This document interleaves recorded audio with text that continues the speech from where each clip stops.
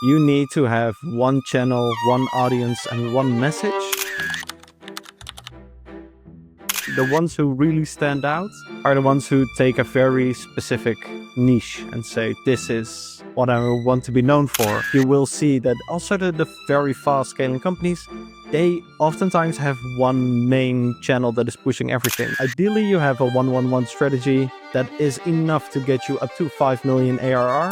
I see a lot of growth teams living off just spreadsheets. If you could only fix one thing in the next 3 months, write that down. That is going to be your main focus. What is real and what's not. Even if it is a salesperson, I'd rather talk to those than just trusting an AI that would tell me what the best thing is. Hello guys from the winter cold Belgrade. Welcome to another episode of the B2B show with Tugi. Today you're going to listen to the episode I recorded with Ward van Gasteren, a growth consultant that worked with TikTok, Product-led and many other B2B and B2C companies. And we talked about many things, among which the most interesting ones are how to stand out and how to get attention in the AI era where everything looks the same, and what is Ward's 1-1-1 growth framework, and how to win in marketing in 2026. So yes, buckle up because this is going to be one really great episode. See you there. Now when we talked about, this kind of AI crap and bullshit out there, and how AI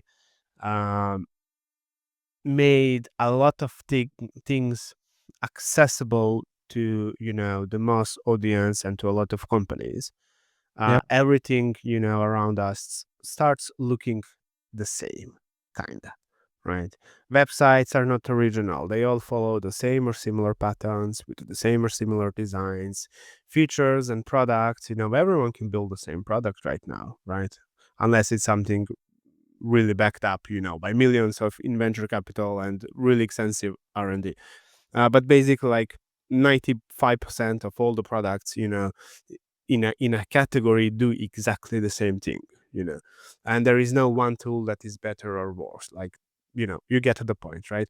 And also the content. Everyone creates a bunch of content right now, but not that content. All of that content is the same. So tell me, from your standpoint, in the sea where everything becomes a commodity, how do you stand out? How can companies stand out and be recognizable? I think there's a lot of value in repeating yourself and not being very different, right? It always goes in a pendulum swing. So it is always the whole market moves in a certain direction, and then at some point we all get fed up, and then we swing again back to the other side. And that goes, I think, with uh, going more in depth and then going more lightweight, or going more fancy on design and going more easy on design, and it's all those things continuously go on a swing. And I think it's like if your whole market is moving in one direction, I think it is still beneficial to go in that direction. And then at some point when everybody is there, you want to go the other way. Um, so I think to stand out, I think it is more important that you consider, where are my competitors? What does my audience actually need? And where is that overlap, right? Where is like, I think you see that with a lot of B2B consultants nowadays, and on LinkedIn, the ones who really stand out are the ones who take a very specific niche and say, this is what I want to be known for. We have someone who is known for bottom of the funnel content. We have people who are known for homepage redesigns. I even lately see someone who is seems to be focusing specifically on hero sections for B2B homepage designs. I think that is prime being super specific. I think that really helps you to stand out. Sorry, people, I'm very bad with names to recall the name, but I love that. I love it when you pick such a niche topic and you really stand out there. And I think that's one of the strong points. If you know what your audience cares about, that you focus in there. Yeah, I mean, it's always easier, to be remembered by a one single thing than 10 different things. Yeah. And there is like this weird analogy that I recently came across. um let's do a little experiment. Let me ask you a question. Oh uh boy. how would you categorize, for example, Barack Obama? Who is he? What like a Barack, former Barack president? Is that what you mean, or Yeah, yeah. So like a politician, right? yeah. And how would you categorize Elon Musk? Tech entrepreneur, Okay. And how would you categorize Donald Trump? president? Yeah, but it's more like he's kind of a both businessman, and a politician, but he kind of doesn't fit in both of these categories. He's like he's one category of Donald Trump. Like that's you get what I'm trying to say. So yes, definitely agree with you. It's way better to be remembered by one thing. But how do you effectively communicate that with the audience? And how do how do you get initial traction? Let's say like that. Initial traction is super hard. It's figuring out what is the main thing that you can stand out for. That is something you need to go out and try, right? I always start with like saying, okay, within our value proposition, within our positioning, I see 6, 8, 10 different main topics that we could be talking about. Ideally, I can see we would love to talk only about this thing, but that's not how this works. We need to figure out what does the audience want to see.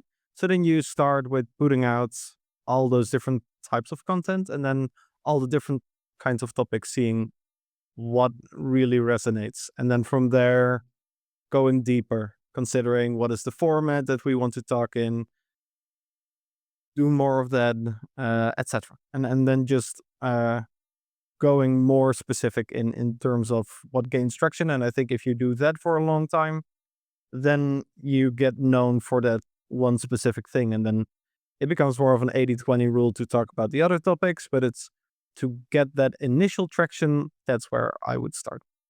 Yep. Tell me, I want to talk about your frameworks that you developed, right? Yeah. So tell me first, 1-1-1 or forward? What's more actual? What's more? Yeah. What's in the trend right now? What are you doing more? Yeah. So the forward methodology is more of how I work as a consultant, right? So it's more for clients to understand, like, hey, these are the 6 phases that we go through in this particular order. This is what we're going to do at every stage, and it's more of a change management methodology. It's how we get things done, how we change a culture within a company. That's what the forward methodology is for. So that's one thing. The 1-1-1 strategy framework, that is more for creating a growth strategy. If you are uh, creating a growth strategy, if you're a startup, scale up in those stages, then you want to create a 1-1-1 strategy. Yeah. Okay. So for the 1-1-1, okay. How do you what would be the main takeaways from that strategy? Like, first off, how can what's your process for choosing what's the right messaging, what's the right channel, what's your process for testing these? Because messaging, and channels, they need time to develop.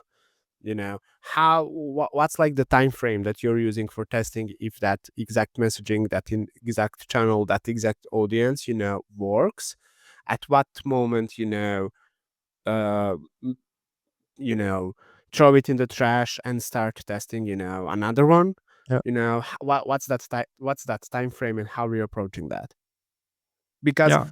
because if you're testing one message for like a 6 months and it fails, that's like a very long time period, a learning time period, I would say. Yeah.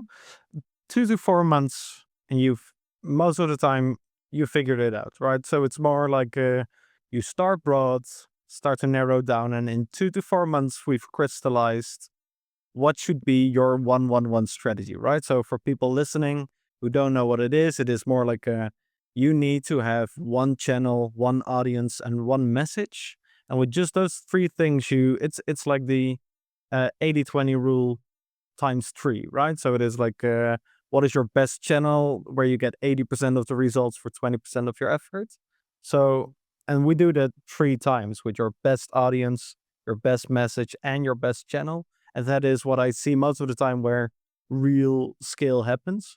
But it's when you start out, you again start with a lot of hypotheses of like we have a top 5 of different messages that we think will work. We have a lot of different channels most of the time. To be honest, you start with 3 at best, but most of the time it's already pretty clear. And you just start from there. And uh, audience is the most never-ending one of the 3. It's like you will always be getting more and more specific. So when you start out, it's more like we shout to a full market, and then when things later down the line, you feel like okay, now we are specific. But a year later, you feel that okay, now we are really specific. So but it's 2 to 4 months, and most of the time, then you can figure out what is a great channel for us and a great message to reach our audience. Is that 2 to 4 months of, trying and experimenting with just one message, or it's, experimenting with a few different messages? No, you can only know if one message works well. I think if you use different kinds of messages, and it's also a it depends on uh I don't know. You will feel it which of your messages resonates more, and there's a difference between what is our bigger mission value proposition as a company versus what is our leading tagline, right? Like what's the one sentence that we use to describe this problem? And that's like a small difference, I think. So it's more like that one message that you go out there with that attracts most attention and gets people in the door. That's one thing. And then that might change over time as well, right? It might be different 6 months later, but it's and that's what I mean with traction. Yeah, makes sense. And how do you monitor and track and what measure the success of a 111? Like how do you know that that one channel, one message, one audience actually is the real one that you should focus in the next 6 months, 12 months, whatever? This is the common product market fit kind of definition, right? It's like you will know it when it works. You feel that when it works. It's things go smoother and easier and faster than you could than you can comprehend. It's things are moving along nicely, and that's when you know you are on a right move. It's like all the other places you will feel that things are not going as smooth as you would like it. If you feel like you constantly have to be pulling in the market, then you are off with your product market fit. And that's most of the time it's unless you have a problem solution misfit, right? That's also an option. Um, but if you have a proper product, but it's not going as smooth as you would like it, it's probably just start testing around with different channels, different messaging, audience, etc. That's the kind of stuff, people just feel and see, like that they can feel the momentum, building up. They can see, that their key ICP, is starting to engage more and more in conversations. They will see that people easily understand what they're doing, as you said, like without a lot of explanation and everything else. Can you guide us through one of your, let's say, one of your best 111, success stories, let's call it like that? Like, what was the process? What was kind of a messaging? How did you test that? How did you communicate that messaging on that one channel? How did you narrow down your audience, like from A to Z?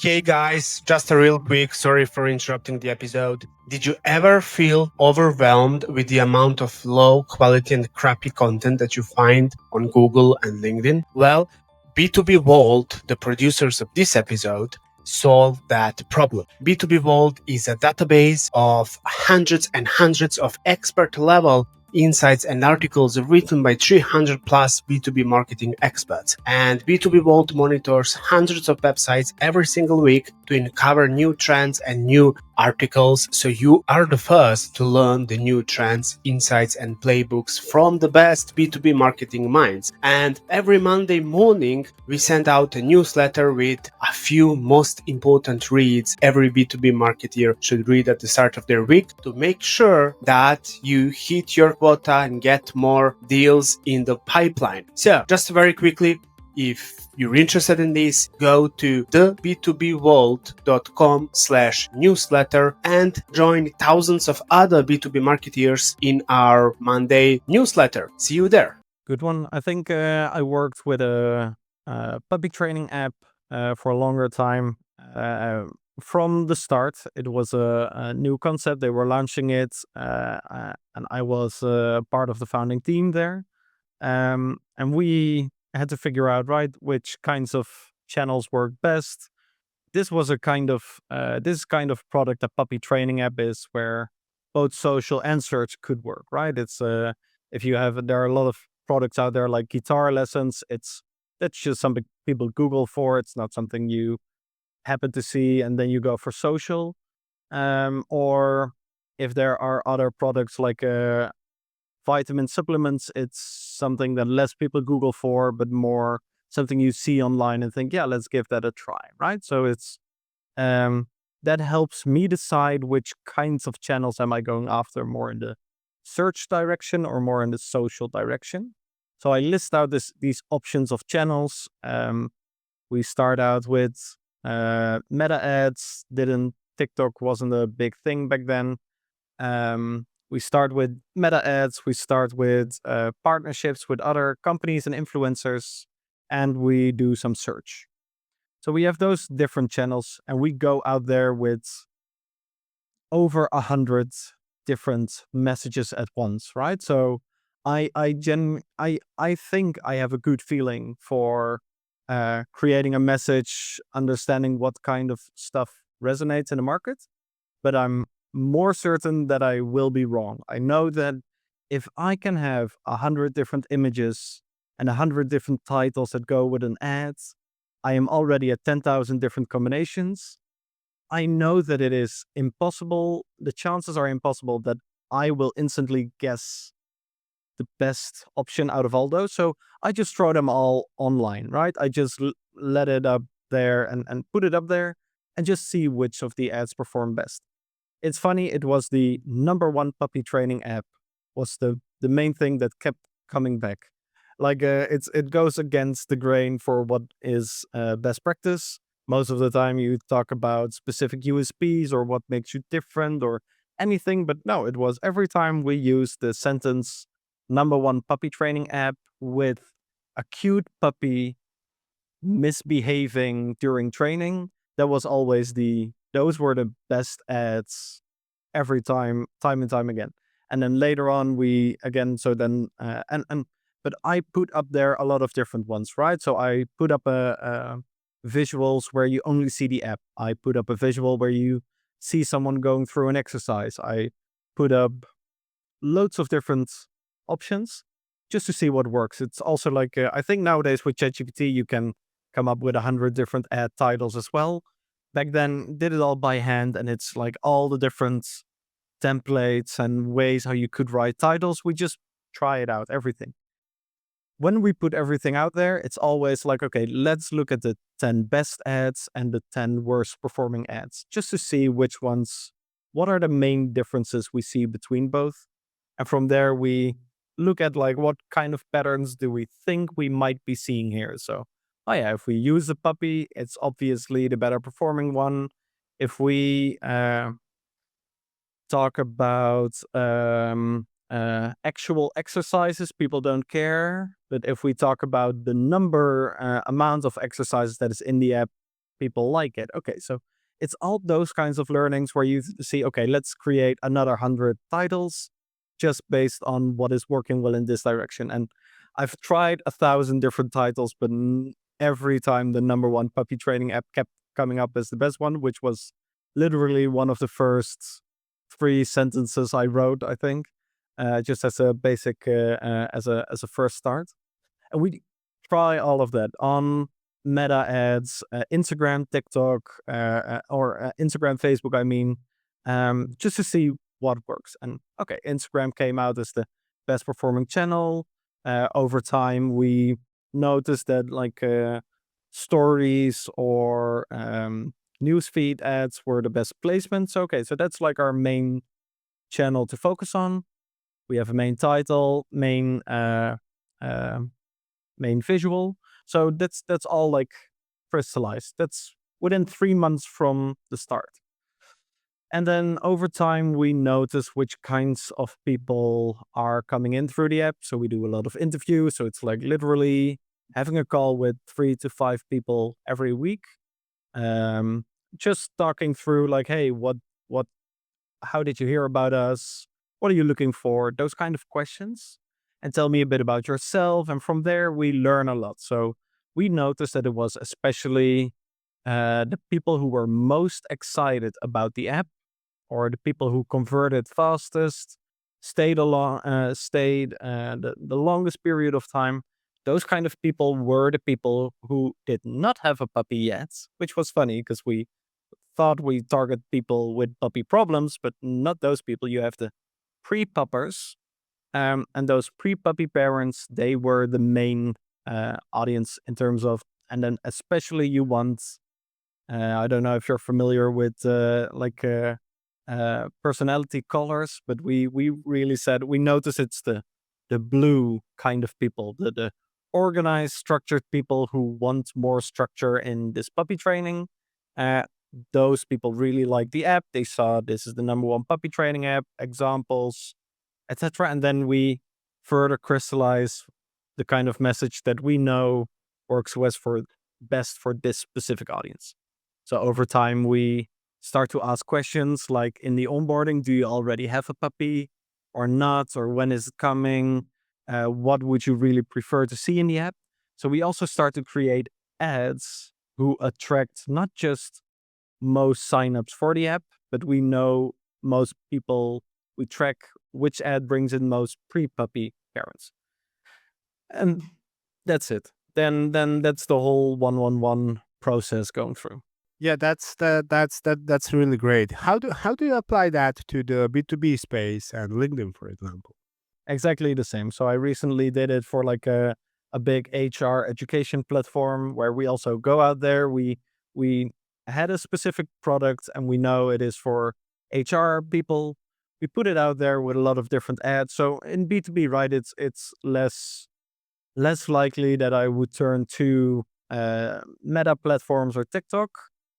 Sometimes I give it a try with just like a 50 or 100 euros put in there just to see if it does anything. But most of the time it is LinkedIn. And from there, I create different ad sets for different audiences to automatically start with, okay, which exact title has the best CTRs and the best conversion rates. We create a lot of different visuals, a lot of different, and like I try to get inspiration from other ads that I see on the platform, people who are also selling a similar product, targeting the same market, looking there to get inspiration for titles, for visuals, and then just keep going out there and trying it. And it's at some point it was like there was this one visual that we had, which was like a framework kind of visual of like a Maslow kind of pyramid that that like almost doubled our CTR. It wasn't our most important visual. It wasn't the main thing that people know, but it struck a chord for people and they've really, really increased CTR. And then even like it had a small illegible text on it. You couldn't read what it actually said in the ad. But when we removed the text or made it more legible, it actually decreased CTRs. But So it's just that's also a thing. Like it's something you need to try, and it's when we learn, for example, that a visual like that works or a certain title works. I'm gonna use that same title on the landing page. I'm gonna use that same title in emails as well.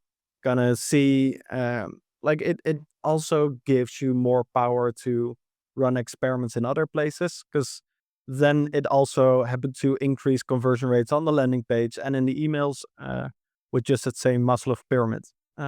No specific reason why, but yeah, it's just that's how it works. So basically, the entire 111 model is based on testing through paid media, right? Through paid ads. It's a in both cases, I also do a lot of customer interviews, listening, desk research to see what works for competitors. So it's all those sources of inspiration that you also use. Um, and it is that qualitative feedback that you hear from customers that helps you understand why is something working and why should I be continuing in this direction, right? Like understanding that it is a pre-puppy parents who are structured kind of people. Those kinds of people, they I know because that's how they live. They want to see more structure in the app and in the visuals and in the landing page, etc. So it is a lot of that, but it is paid media does allow you to very quickly test a lot of different titles and get very quick feedback. So it is a main channel, but it's not the only way to do it. Yeah. Across the board for the B2B space and LinkedIn, for example, on average, how much budget did you need to run a successful 111 test? It's I don't think this is a one test kind of thing. I think you can start even from 50 euros. That's already enough to get some feedback on a small set of different titles that you have, right? You will quickly see which ones are better or worse. We're not talking here about statistical significance or anything like that. It is more uh over time that you notice these patterns. I think you shouldn't no, I've done this with budgets as small as 500 euros in advertising, but I think you get better results in the 2,000 to 5,000 euros. So tell me, what's the next step, right? So once you have your, winning messaging, winning audience, winning channel, how do you take the learnings from that and then apply to other fields of marketing, like a content, organic, branding, whatever, website? Like what would be the next steps and how do you approach that? Yeah. So to be clear, it's a 111 strategy including the one channel. So if you really want to scale up, you will see that also the very fast scaling companies, they oftentimes have one main channel that is pushing everything. So it is not about translating paid to organic as well. And then again, you're just splitting your own resources. Don't go there. It is more you ideally you have a 111 strategy that is enough to get you up to 5 million ARR. So if you're not there yet, you don't need to diversify too much yet. It is nice to have a little bit of effort in a few other places just to show that you are a trustworthy, credible, actually existing company, not just an ad farm. Um, but no, it is going all in on your one main channel funnel and optimizing everything in there according to your messaging and your audience. So it is more of look at your current funnel. Where do we see bottlenecks? And again, running a lot of experiments to optimize that funnel. But you want to use that momentum of figuring out your main message channel and audience. That is most of the time 6 months window or something you have. It's not that you can use that 111 strategy for the next 3 years. So you really want to get the most out of it between now and the next 6 months. So you want to double down on something if it's really working. Let's talk about running and documenting experiments. Like, how do you mindset wise, infrastructure wise, how do you approach that game? Like, how do you decide what experiments to run? How do you run them? And most importantly, like, how do you that kind of a documentation part? Like, how do you keep everything in one place? How do you, uh, get takeaways? Don't get lost, in all the results that you get, and all that kind of stuff.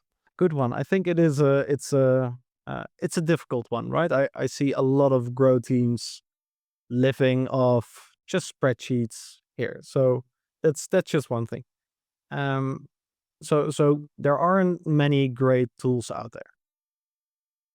But where you want to start is you want to start from you have a certain goal that you want to achieve. So it's probably a revenue related goal, or maybe you have a proper North Star metric that you're going after, and you want to make it very specific. Like you want to have a what are we going to mainly focus on for this quarter, for example.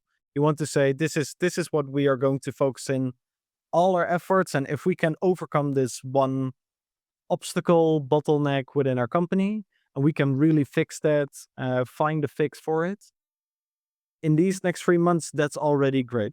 You don't need to fix everything in the upcoming 3 months. That's a big problem. It's a lot of companies, they are tweaking their marketing, their website, their referral, their product, everything at once, which is really, really a lot of very big challenges at once. So if you could only fix one thing in the next 3 months, write that down. That is going to be your main focus.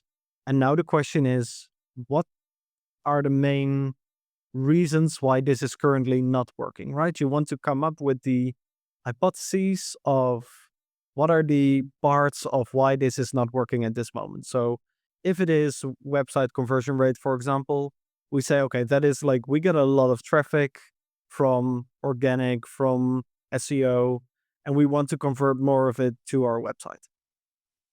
Your question needs to be, what are the subparts of this bigger quest that we need to fix? So, okay, we need more people to click through to the products. We need more people to go into the onboarding. We need more people to go through the onboarding. We need to understand why those people are not going.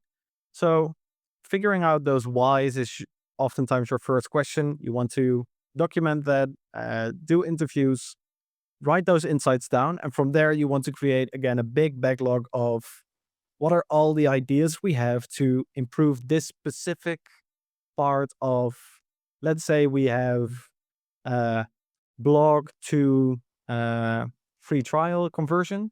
That is going to be our main challenge. Then, okay, great. Let's focus us specific there. Um, you come up with a long list of experiments. I use a tool that I built myself that I'm putting out there in the world nowadays for people to use as well. It is a great tool just for specifically growth experiments. You put in your objective, sub hypotheses, and then you start creating a backlog with the whole team. Um, put in 20, 50 different experiments on how to improve this. And from there, you start ranking your ideas with an I scoring, pi scoring, just to see which idea has the biggest impact for the least amount of effort. That's basically the question. Um, and from there, you start running those experiments one by one.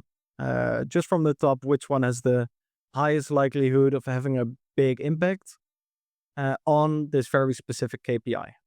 Start running those experiments, and at the end of every experiment, ask, why did this succeed? Why did it fail? If you can answer that, that is the main thing, right? It is not about uh, did it work or not. The main question is, why does it work or not? Because you need more direction on where to continue. So I keep track of everything here in Growth Orange, and it's just like a pipeline of different experiments that you want to be working on.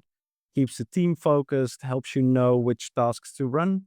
And from there you just push through as many experiments, because that's the name of the game. Running as many experiments, learning why it works and why it doesn't, and then repeating that cycle.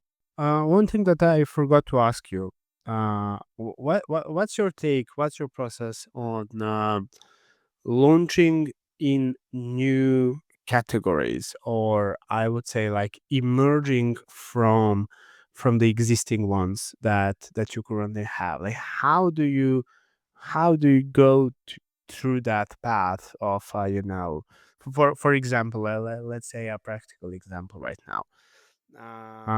We are a content marketing agency, right? For example, right? But content marketing is a very broad term. You have like a blog post, you have SEO, you have video, you have all of that kind of stuff, right? But most commonly, when people think about content marketing agencies, they think about blog blog posts, right? That's like that's like the opinion that majority of the audience has. So, and we want to emerge from that, and not be kind of comparing ourselves with the other content marketing agencies, because our entire standpoint is having omnichannel presence, different types of content, standing out in that kind of a market, with video, with podcasts, with original research articles, etc., etc. So in cases like these, how do you what's your approach when you're working with your clients? How do you make them go in a new category or emerge from this existing one? Difficult part is you can't really influence how people think, right? If you and I are going to play a naming game, like something like 30 seconds, and I ask you to, like, if I want you to recall Barack Obama, I'm not gonna come up with a lot of different terms, right? We're gonna go through former presidents. So there are a lot of associations there, and it's more like you want to start from where your customers are looking as well. So if they are looking for a content agency, it is or an agency to help them with content, it's what you want to have as a first check mark for them if they go through your website. If you talk about all the other things, that is very hard, right? If you instantly start talking about all the other stuff and don't talk about content, it's hard for them to know for sure that you are a content agency. So um, you could say, if my clients are not looking for blogs, you could say instantly, like, we do video, or we do short form video, or visual content. That kind of stuff is like a that that could be a way to say, like, we pick this sub niche of content marketing. But if you describe yourself as something completely different, it is hard for them to know if you are the right kind of. I'm thinking of a new term that you could throw in that nobody would understand. I think within our markets, a lot of people will understand demand generation. But I think if you say we are a demand generation agency, I'm not sure whether I can hire you to create content for me, or if you are more on a strategic level, running my channels as well. Like, there instantly comes a lot of confusion in there. So what I most of the time do is starting from that category, and then adding on, like, what makes you different. So we are the visual content agency, or we are a content agency focused on omni-channel, or we are, and then it is hard if you want to add on three different things that makes you different. So we do omni-channel, more focused on demand gen, and only visual kind of content. Like, that makes it a tough story to quickly sell. But that's something you can do along your landing page or throughout your marketing in separate steps. That's something you can explain there. But I think it is. I most of the time say, let's uh, ride on the wave that is already happening, and that is much easier than trying to get people to do something that they are not already doing. Tell me, let's talk before we wrap up. Let's briefly talk about the future. Where do you see B2B marketing in the next 5 years? Like, what works, what doesn't work? How does the scene, the market look like?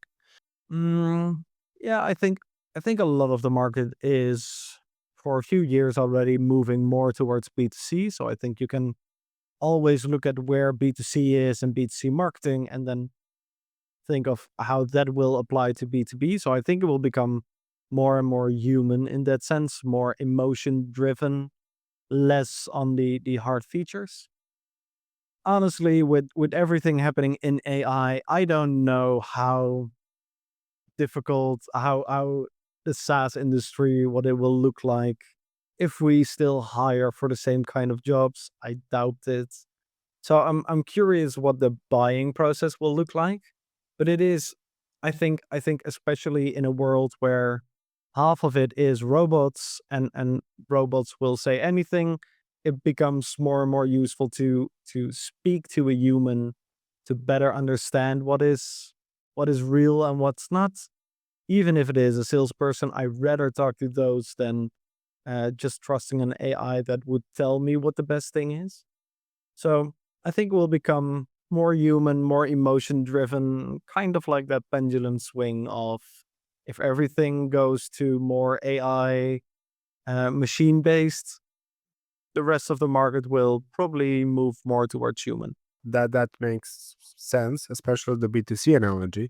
I'm always a big advocate that B2B teams are too boring, you know, too boring, and that we should all look up to the B2C teams, because when you go to like a B2C team, like it's all about, experiments, ruthless execution, 50 different variants of one single thing, trying different things. When you go to the B2B marketing room, it's like, it's a total different story, you know. 10 Definitely. times. I see it. Yeah, exactly. When it's I think people are too afraid with like the big deal sizes to take any risk of maybe having something that doesn't resonate. But I think just sticking to one thing that we think is the best out of a 10,000 options, like the mathematical chances of you picking the actual best option, that's one on 10,000. So yeah, I don't understand almost why we would stay stagnant like that. Yep, definitely. Ward, let's wrap up with the last question that absolutely has nothing to do with marketing. Cool. How do you, uh, for you, from your perspective, how do you win at the game called life, and how that winning looks for you? I recently came across, or not, nah, I've been for a few years. My wife and I also talk about something called like love languages, right? You know what a love language is? It's basically there are supposed to be 6 love languages, and then one of the love languages is like gift giving or words of affirmation or more touch, right? You see different people in relationships. Some people really need the physical touch. Other people are more focused on quality time. It's also a love language. And it's really like there are these 6, should Google it. And it's like every person needs something else. And they are also a certain way of giving. Like I personally like words of affirmation. So I will always be telling my wife that I love her and all the compliments that I can give. It's not per se what she needs in a relationship, but it's the way how I express love. So it's that way we learn to understand how we both are in a relationship. But I also see this in life as well. Like I think different people have certain languages that gives them energy. What are the things that you get energy from in life, and try to do that, and then trying to optimize your life for doing more of that. Like I love having conversations like this and sharing knowledge, and those are things that I try to optimize my life around, knowing what gives me energy. And at the same time, it's not taking yourself too serious along the way. So yeah, just doing crazy stuff with your children and your family, with your friends, not caring too much what other people think, which is a I find it very difficult, but it's something I keep working on. But that's how I try to win at the game of life. That's great. That's great. I asked this question like probably 100 times, and every time I keep getting the different answer. and it's welcome. really good to see. Ward, thank you very much for being on the show. I had a lot of fun. Thank you very much once again.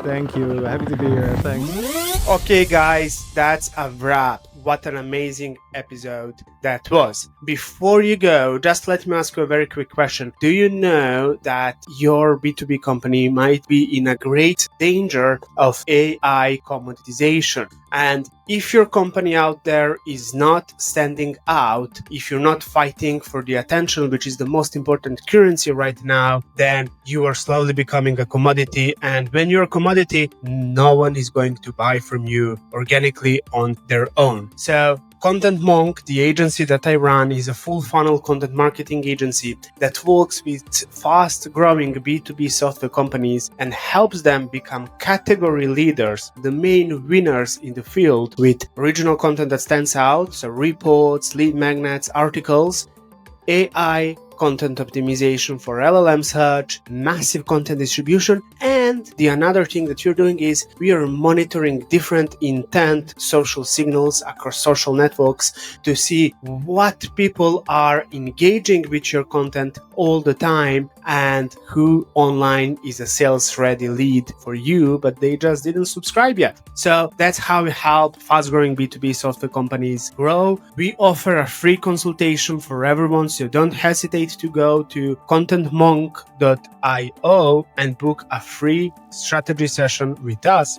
where you will get a free strategy and a battle plan without hard strings attached. See you there, and see you in the next episode as well. Have a great rest of the day.